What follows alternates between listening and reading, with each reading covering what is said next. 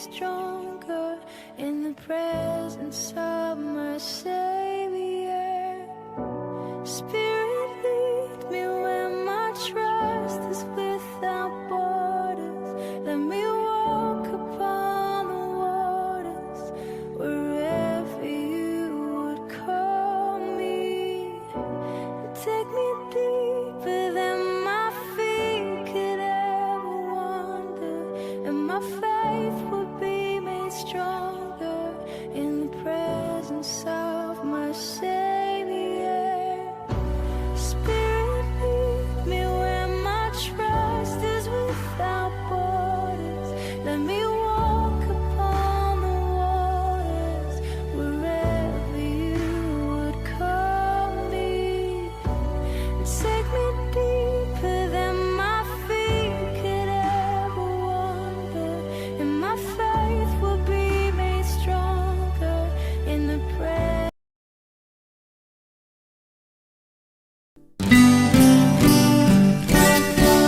Saat aku jauh darimu Tuhan, aku kadangkala kehilangan percaya, kehilangan keyakinan atas semua rencana Tuhan.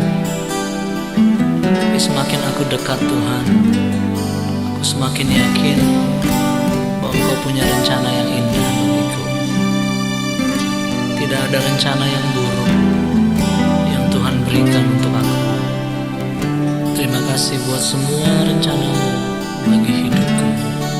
Bagaikan emas yang murni, janji-Mu ya Tuhan. Takkan ku takut menghadapi semua badai hidup. Telah kulihat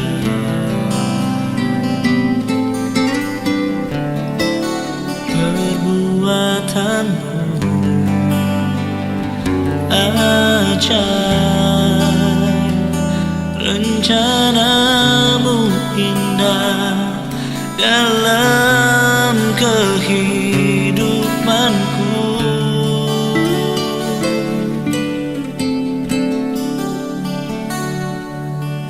Bagaikan emas yang murni, janji-Mu ya Tuhan. Takkan ku takut menghadapi semua badai hidup. Telah kulihat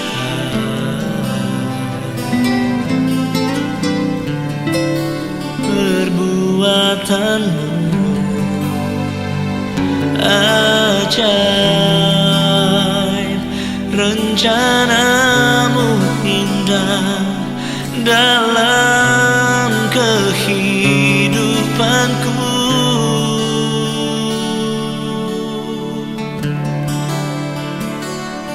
Engkau mendengar seruan hati yang hancur di hadapan-Mu.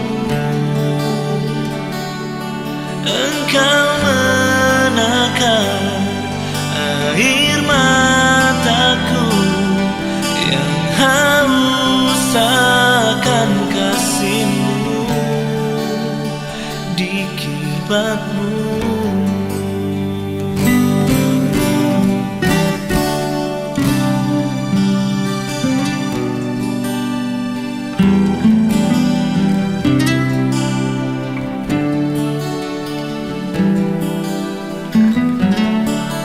Bagaikan pedang yang tajam, firman-Mu ya Tuhan. Takkan ku lepas selamanya, ku ikat di pinggangku. Telah kulihat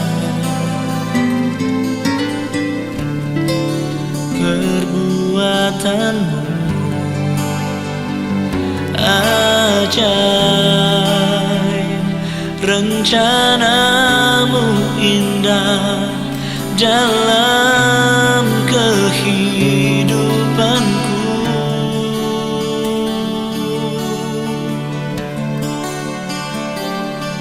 Engkau mendengar seruan hati yang hancur di hadapanmu. Engkau menakar air mataku yang haus akan kasih-Mu. Biar langit goncang dan bumi berlalu, namun setiamu selamanya.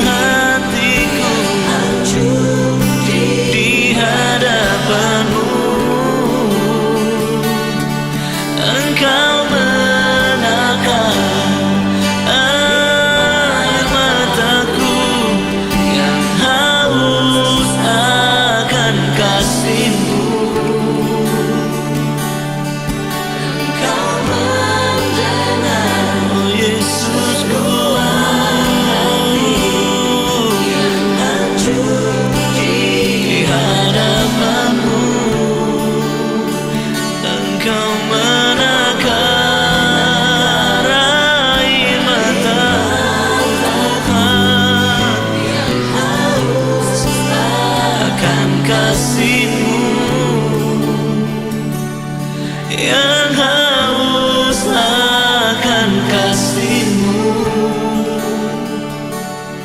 yang haus akan kasih-Mu Tuhan, di kirbat-Mu.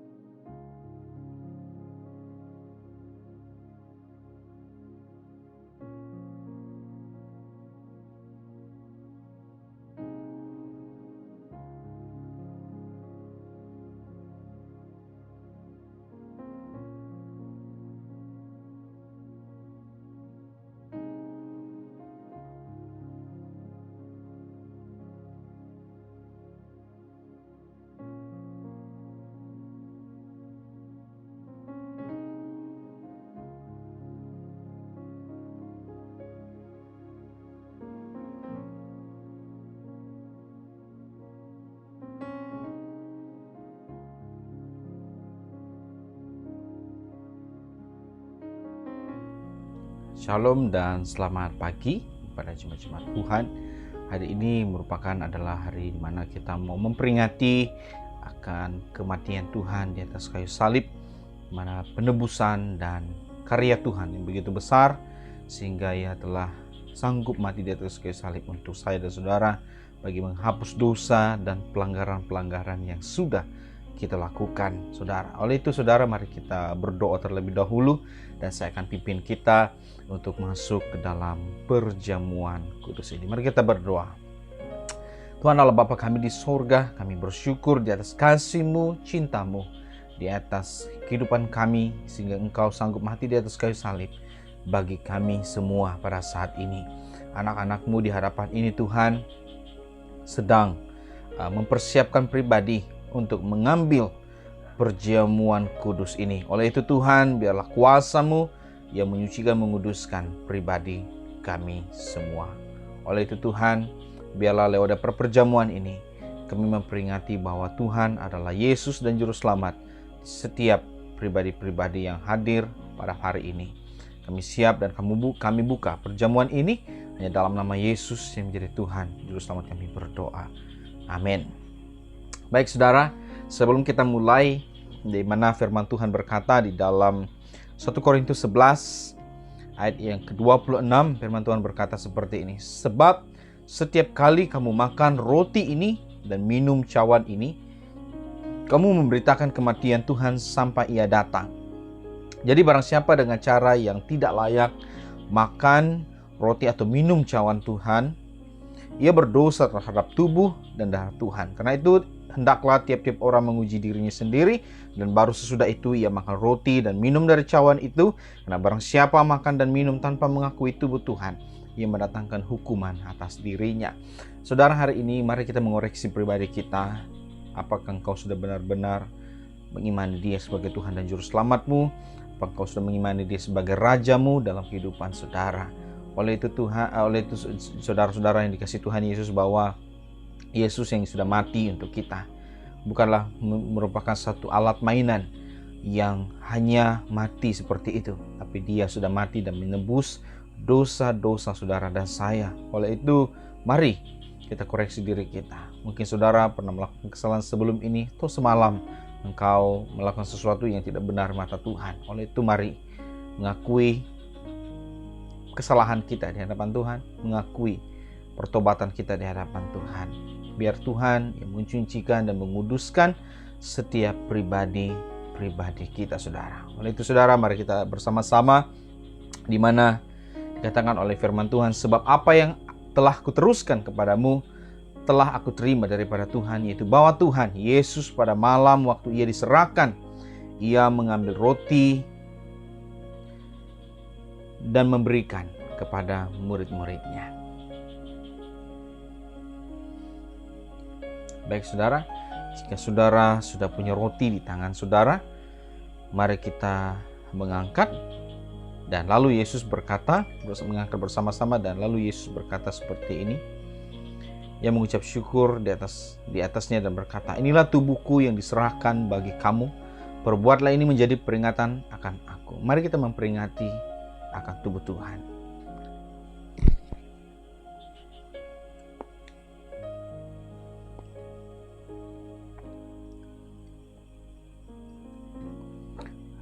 Dan sesudah itu, lalu Yesus mengambil cawan dan memberikan kepada murid-muridnya.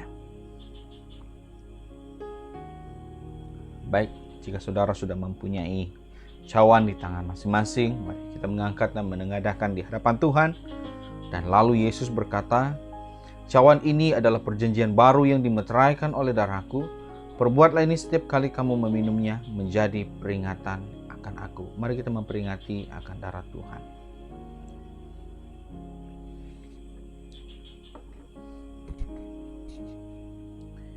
Mari kita berdoa. Tuhan, kasih-Mu begitu besar, kasih-Mu begitu indah, kasih Tuhan begitu luar biasa, sehingga Engkau sanggup mati di atas kayu salib bagi kami dan menebus segala pelanggaran dan dosa-dosa kami. Oleh itu Tuhan, Engkau adalah Allah yang ajaib. Meskipun banyak orang yang tidak mengerti karya keselamatan yang Kau berikan, meskipun banyak orang yang tidak mengenal karya penyelamatan yang Kau berikan, itu tidak bagi kami, karena kami tahu bahwa Engkau adalah yang sudah mati di atas kayu salib, bahkan bangkit dari kematian, dan akan datang kali kedua untuk menjemput kami semua yang percaya di dalam nama Yesus Kristus. Oleh itu Tuhan, Engkau sucikan, kuduskan pribadi-pribadi kami pada pagi ini. Biar nama Yesus yang dimuliakan di tengah hidup-hidup kami ini semua Tuhan. Berkatilah anak-anak-Mu yang sudah melakukan perjamuan ini. Biarlah berkat damai sejahtera daripada Allah Bapa, Allah Anak, dan Allah Roh Kudus menyertai kami semua. Dalam nama Yesus kami berdoa. Amin. Saudara, mari kita teruskan di dalam firman Tuhan. Tuhan Yesus memberkati.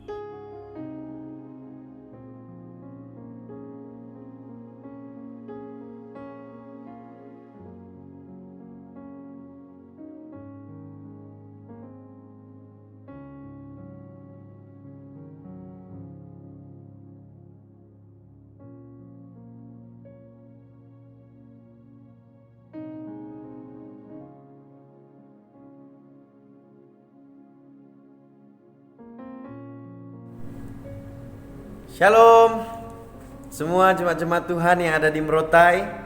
Hari ini saya mengucap syukur kalau diberikan kesempatan untuk berbagi berkat lewat daripada firman Tuhan. Nah, tanpa membuang masa, mari kita sama-sama membuka Alkitab kita yang terdapat di dalam Yakobus bab yang keempat, ayat yang ke-13 sehingga ayat yang ke-15. Yakobus bab yang keempat, ayat yang ke-13 sehingga ayat yang ke-15 sebagai teks firman Tuhan kita. Saya baca untuk kita semua. Tajuk dasar di atas adalah jangan melupakan Tuhan dalam perencanaan. Ayat 13. Jadi sekarang, hai kamu yang berkata hari ini atau besok kami berangkat ke kota Anu dan di sana kami akan tinggal setahun dan berdagang serta mendapat untung, sedang kamu tidak tahu apa yang akan terjadi besok. Apakah arti hidupmu? Hidupmu itu sama seperti uap yang sebentar saja kelihatan lalu lenyap. Sebenarnya kamu harus berkata, jika Tuhan menghendakinya, kami akan hidup dan berbuat ini dan berbuat itu. Hari ini saya senang untuk membawa kita belajar firman Tuhan di bawah satu tema, yaitu jangan melupakan Tuhan dalam perencanaan ataupun perancangan kehidupan kita. Baru-baru ini, bulan yang lalu, kami dengan Pastor Frenzy dan beberapa hamba Tuhan yang lain mengikuti kelas pergembalaan. Dan di ujung kelas itu kami disuruh untuk siapkan satu tugasan mengenai perencanaan pelayanan setelah COVID ini berlalu. Jadi saya pun menulis beberapa perancangan pelayanan. Saya sudah tulis tema gereja, saya sudah senaraikan aktiviti-aktiviti apa yang harus dilakukan sepanjang tahun. Dan saudara-saudara, selepas saya hantar tugasan itu, saya jumpa ayat ini, saya baca ayat ini tentang jangan melupakan Tuhan di dalam perencanaan. Nah, sebagai seorang hamba Tuhan, saya sangat mengharapkan bahwa pelayanan yang saya lakukan ataupun apa yang saya rencanakan di dalam pelayanan saya dapat dijalankan secara berkesan dan menjadi berkat bagi setiap orang-orang yang saya layani. Itu harapan saya. Dan sebagai seorang manusia, kita menginginkan sesuatu kehidupan yang lebih baik. Makanya di dalam kehidupan kita, oleh karena kita menginginkan sesuatu yang lebih baik, kita merencanakan banyak hal di dalam kehidupan kita. Di dalam pekerjaan kita, kita merencanakan. Di dalam rumah tangga kita merencanakan sesuatu. Di dalam pelayanan kita merencanakan sesuatu. Untuk masa depan kita merencanakan sesuatu. Mungkin kita mau buat bisnis, di dalam bisnis kita merencanakan bisnis apa yang harus kita buat di masa-masa seperti ini. Jadi nyatalah bahwa di dalam kehidupan kita sebagai manusia, kita tidak lepas dari yang namanya merencanakan sesuatu. Kita tidak lepas dari merencanakan banyak perkara di dalam kehidupan kita. Tetapi tahukah saudara bahwa kadang-kadang setelah kita merencanakan sesuatu, kita lupa untuk mengikut sertakan seorang pribadi. Kita lupa untuk melibatkan dia di dalam perencanaan kita, yaitu Tuhan. Nah, kerap kali kita melupakan Tuhan di dalam perencanaan kita. Jadi malam hari ini, saudara-saudara yang dikasih dalam Tuhan, hari ini saya mau membawa kita belajar bersama-sama mengapa penting sebagai manusia ataupun sebagai orang percaya, sebagai anak-anak Tuhan, mengapa penting kita melibatkan Tuhan di dalam perencanaan kehidupan kita. Yang pertama di ayat yang ke-13 dan ayat yang ke-14. Jadi sekarang hai kamu yang berkata hari ini atau besok kami berangkat ke kota Anu dan di sana kami akan tinggal setahun dan berdagang serta mendapat untung. Ayat yang ke-14, sedang kamu tidak tahu apa yang akan terjadi besok.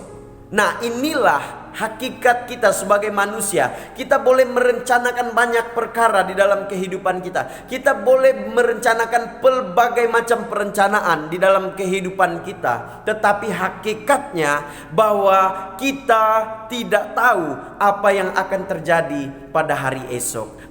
Inilah alasan kenapa penting kita melibatkan Tuhan di dalam perencanaan kita. Karena di dalam Yesaya 46 ayat 9 dan ayat yang ke-10, di sana Yesaya mencatat Dia satu-satunya Allah yang memberitahukan dari mulanya hal yang kemudian. Maksudnya bahwa Tuhan itu sudah tahu apa yang akan terjadi di kemudian hari di dalam kehidupan kita. Tuhan terlalu tahu, Tuhan terlebih tahu apa yang akan terjadi di dalam kehidupan kita, apa yang akan terjadi di masa depan kita, apa yang akan terjadi 10 tahun, 20 tahun, 30 tahun yang akan datang untuk kehidupan kita. Tuhan tahu. Makanya penting sekali, karena kita tidak tahu apa yang akan terjadi pada hari esok, penting sekali kita melibatkan Tuhan yang sangat tahu apa yang akan terjadi di dalam kehidupan kita. Nah, di dalam Yesaya 55 ayat 8 dan ayat yang ke-9 juga Yesaya mencatat, sebab rancanganku bukanlah rancanganmu dan jalanku bukanlah jalanmu. Seperti tingginya langit dari bumi, demikian tingginya jalanku dari jalanmu dan rancanganku dari rancanganmu. Di sini kita melihat bahwa ada perbezaan antara perancangan manusia dan perancangan Tuhan. Tinggi, seperti jauh sekali bezanya, dibezakan oleh Yesaya, seperti tingginya langit dari bumi.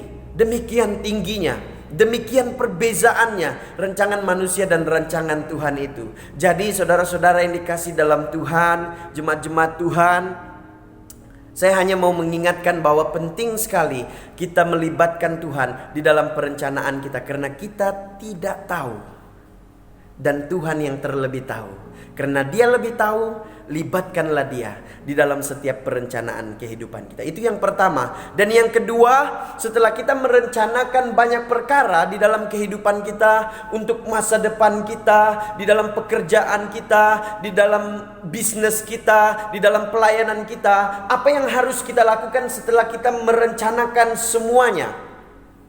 Di ayat yang ke-15 tadi, di dalam teks kita, sebenarnya kamu harus berkata, jika Tuhan menghendakinya. Nah, rupa-rupanya saudara, setelah kita merancang pelbagai perkara di dalam kehidupan kita, setelah kita merencanakan banyak hal di dalam kehidupan kita, sebenarnya kita harus berkata, jika Tuhan menghendakinya. Maksudnya kita berserah, kita menyerahkan semuanya kepada Tuhan. Nah, Amsal 19 ayat yang ke-21 berkata, banyaklah rancangan di hati manusia, tetapi keputusan Tuhanlah yang terlaksana. Kita boleh merancang banyak perkara di dalam kehidupan kita, tetapi mutlak keputusan Tuhanlah yang akan terlaksana di dalam kehidupan kita. Jadi penting sekali kita menyerahkan, kita berserah kepada Tuhan, untuk mengelakkan kita kecewa, untuk mengelakkan kita sedih. Nah, kenapa banyak orang Kristen hari ini menyalahkan Tuhan di dalam kehidupan mereka? Karena tidak berserah. Kenapa Tuhan tidak menyertai saya di dalam perencanaan saya? Kenapa Tuhan tidak menyertai saya di dalam setiap apa yang saya lakukan? Kenapa saya gagal? Kenapa saya tidak dapat lakukan semuanya? Kenapa banyak hambatan? Kenapa banyak halangan? Dan las-las kita sebagai orang Kristen jadi menyalahkan Tuhan. Padahal sebenarnya setelah kita merencanakan sesuatu, kita harus berkata, jika Tuhan menghendakinya. Kita harus berserah kepada perencanaan Tuhan di dalam setiap kehidupan kita. Dan contoh yang paling dekat yang saya mau kita lihat adalah Yesus Kristus sendiri. Waktu sudah dekat hari penyaliban Yesus, Dia berdoa, Dia berkata, kalau boleh cawan ini lalu daripadaku, kalau boleh penderitaan ini berlalu daripadaku, biarlah berlalu, tetapi kehendak-Mu lah yang berlaku, kehendak Bapa lah yang terjadi. Nah, Yesus tahu bahwa penderitaan yang akan dia alami di atas kayu salib adalah penderitaan yang luar biasa, penderitaan yang sangat perit, yang sangat sakit. Dia tahu hal itu. Tetapi di akhir doanya dia berkata, biarlah kehendakmu yang terjadi. Itu semua karena untuk berkorban demi kita, untuk mengampuni kita daripada dosa-dosa kita dan memberi jaminan kehidupan kepada kita semua. Yesus berkata, biarlah kehendak Bapa yang terjadi. Ada penyerahan di dalam doa Yesus itu. Jadi ini contoh yang baik bagi kita sebagai orang-orang percaya. Setelah kita merencanakan banyak perkara di dalam kehidupan kita, kita harus berserah kepada Tuhan. Karena keputusan Tuhanlah yang akan terlaksana di dalam kehidupan kita. Nah, waktu saya mempersiapkan renungan firman Tuhan ini, saya teringat 2 lagu penyembahan. Yang pertama begini. Kau lebih tahu yang terbaik bagiku, kau lebih sanggup pulihkan hidupku. Dan lagu yang kedua itu berkata, waktu Tuhan pasti yang terbaik, walau kadang tak mudah dimengerti, lewati cobaan.